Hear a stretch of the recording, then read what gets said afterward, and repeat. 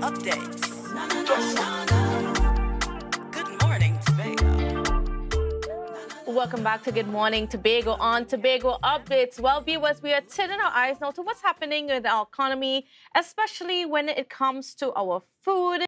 What's going on there because we complain. Well, I mean, not complain, but I mean we feel it every single day whenever we go to the groceries, and it seems harder and harder to afford some of the basic food items. And a lot of these things had to do with what was happening internationally, with shipping costs, with what's been happening with the unrest in Ukraine and Russia, and so on. All of those things have added to some of the increases that we've seen within our space. Now, to give us an update on what's been going on, we have President of the Supermarket Association, Mr. Rajiv Diptee, on with us this morning. So, good morning and welcome to you. How are you doing? Good morning, Kandace. Always a pleasure to be back here on the Tobago Updates morning show. Great to have you. Now, first of all, what's been the latest in terms of external forces affecting our prices at the supermarkets? Well, as you pointed out, Candice, we've had a lot of our suppliers working around international issues that have impacted the supply chain. Those impacts are still being felt. What we've noticed, if we look at it on a year-on-year basis, is that there's been something. We would have seen inflation peaking in September of last year, would have reached as high as 20% in some cases, but it's been cooling. It's been cooling ever since, and it's a little bit like seeing the steam release when you uncork a pressure valve. What we've been seeing is that um, there's been some relief, especially with shipping costs. We've seen some of the commodities markets come down in particular. What we've noticed, however, is that we're not seeing the frequency of price increases come as high as they have been. And that's primarily due to an adjustment on international markets by international suppliers trying to stymie the price increases. However, we haven't, from our side as an import dependent nation, we haven't seen those prices tend downward as yet.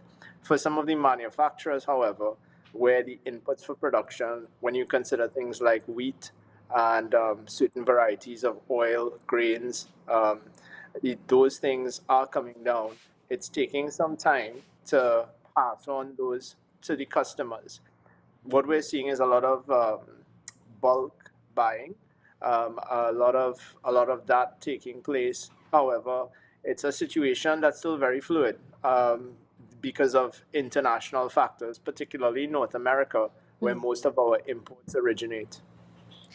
So, I mean, are we going to see in the future the food prices, the grocery prices, our bills reduce?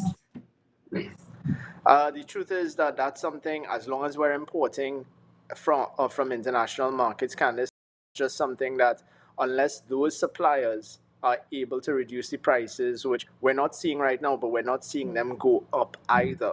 That's good. But from that side of things, it's something that we're going to have to continually examine.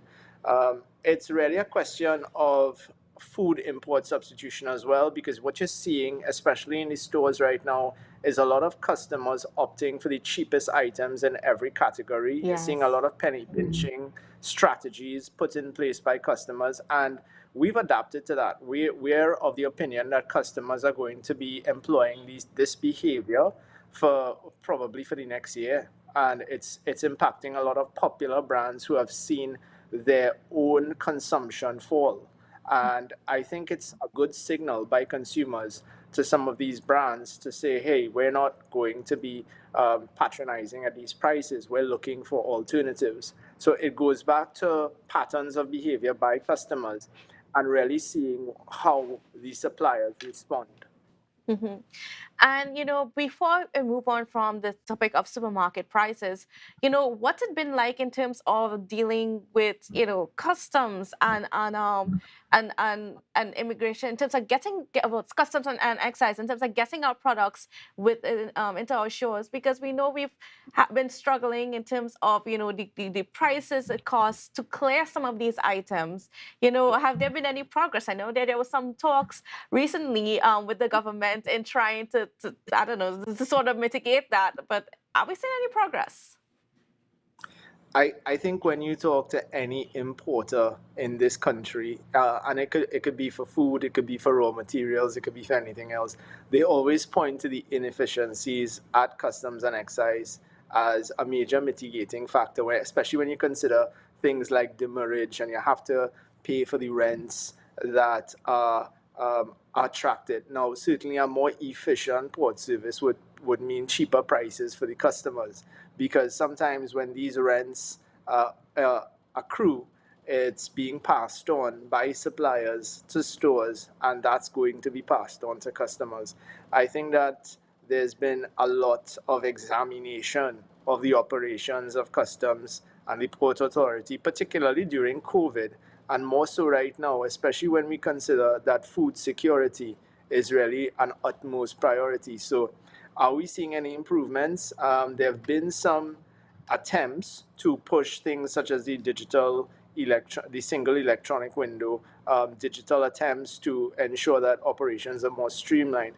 But there's the human resource element in all of this, Candace, and that really has to be improved. And that's a big question mark. We still haven't been able to get it right so far. Well, I mean, here's the hoping that maybe soon we can get that sorted, because again, all of these things add to the cost that we as consumers feel when we go to the grocery. And then that's why, I mean, many of us are looking for the cheapest option out there. And then it has a knock-on effect. But we're gonna move on I, now I to look I look a forward business to. opportunity, I would say, for, I mean, our people here in Tobago to be part of, and that's the Caribbean Food and Beverage event that's happening from the 28th of June to the 1st of July, and something that you're very much involved in. So can you tell us a little bit more about what is this event about, and why it's important for like some of our businesses here in Tobago to get involved? So, Candice, I'm so glad we have an opportunity to discuss this. The Caribbean Food and Beverage trade event is happening next month. And it's really, for me, it's a love letter to the industry. It's our attempt to really highlight that food security is an ever present must. It's something that we must focus on. It's something that we would have seen a lot of emphasis, particularly last year, if you recall the Agri Expo and National Investment Forum that was held in Trinidad in August. I saw firsthand a lot of exhibitors, a lot of local cottage processors, and it really highlighted to me that there's this showcase that's missing, this forum that is needed for some of these persons, some of these producers, some of these processors that want to get into these supermarkets, that want to be able to showcase their products so that we can see more of that import substitution that we were talking about. We need to address certain ideas, certain issues, certain policies, and embrace new technologies. So this event is going to be something that's really unique. It's going to be an exhibition. It's going to be a conference that really highlights some of the leading topics in the industry, particularly when you consider issues such as renewables, energy solutions, agro processing solutions. So we have some of the leading experts in the value chain coming to discuss some of these topics. And for the public, what's the real attraction? We're putting together a taste of the Caribbean. A Taste of the Caribbean is a pavilion style food festival that will be held every evening. So you'll have the opportunity to taste some of the delicacies and culinary delights from across the islands. So, for example, and I'm just giving you an idea of what we're encouraging, because we want to showcase foods that we've highlighted as possible potential alternatives for import substitution for consumers. You'll see things like piwa soup. You'll see things like casserie. We're making very, very delectable stuff. And we have some of the top chefs, some of the top street foods, a lot of different things happening within this space. So definitely we look forward to seeing everyone there. It's going to be held at the Center of Excellence, and it's going to be something that is truly unique. It has the involvement of the Caribbean Supermarket Association as well as the CARICOM private sector organization. So we have a lot of momentum behind this event. It's something that we've really put forward as our attempt to ensure that we create a basis and a stimulus in the trust towards meaningful food security. Now, it's being marketed as the meeting point for the region's decision makers in the food and beverage industry. I mean, and from what you've just explained, I mean, it sounds so exciting just to be able to see, that innovation that will be coming out of our Caribbean food and beverage providers. Yeah, I mean, Kandace, look, I have a lot of people who get in touch with me via email or social media, and they're always looking for ways to get inside the stores. They're always looking for ways, Mr. Diptee, how do I market this product effectively? How can I drive sales? How do I, get up to the standardization as required? So there's a lot of information. There's a lot of things and guidance that's missing for people who really want to seek the desired assistance. Further to that, there's a lot of cross linkages that could be made for small, medium, and macro players. Yeah. So it's all about connecting the dots, and this is a real meaningful attempt to connect those dots. I think that there's a lot of benefits, particularly from persons who want to get involved. I'll have to say that I did not expect it to be this big so fast. The response has been tremendous. I think that when you come to this event, which we hope to move around the Caribbean, so while it starts in Trinidad and Tobago next year, it might be in a different island.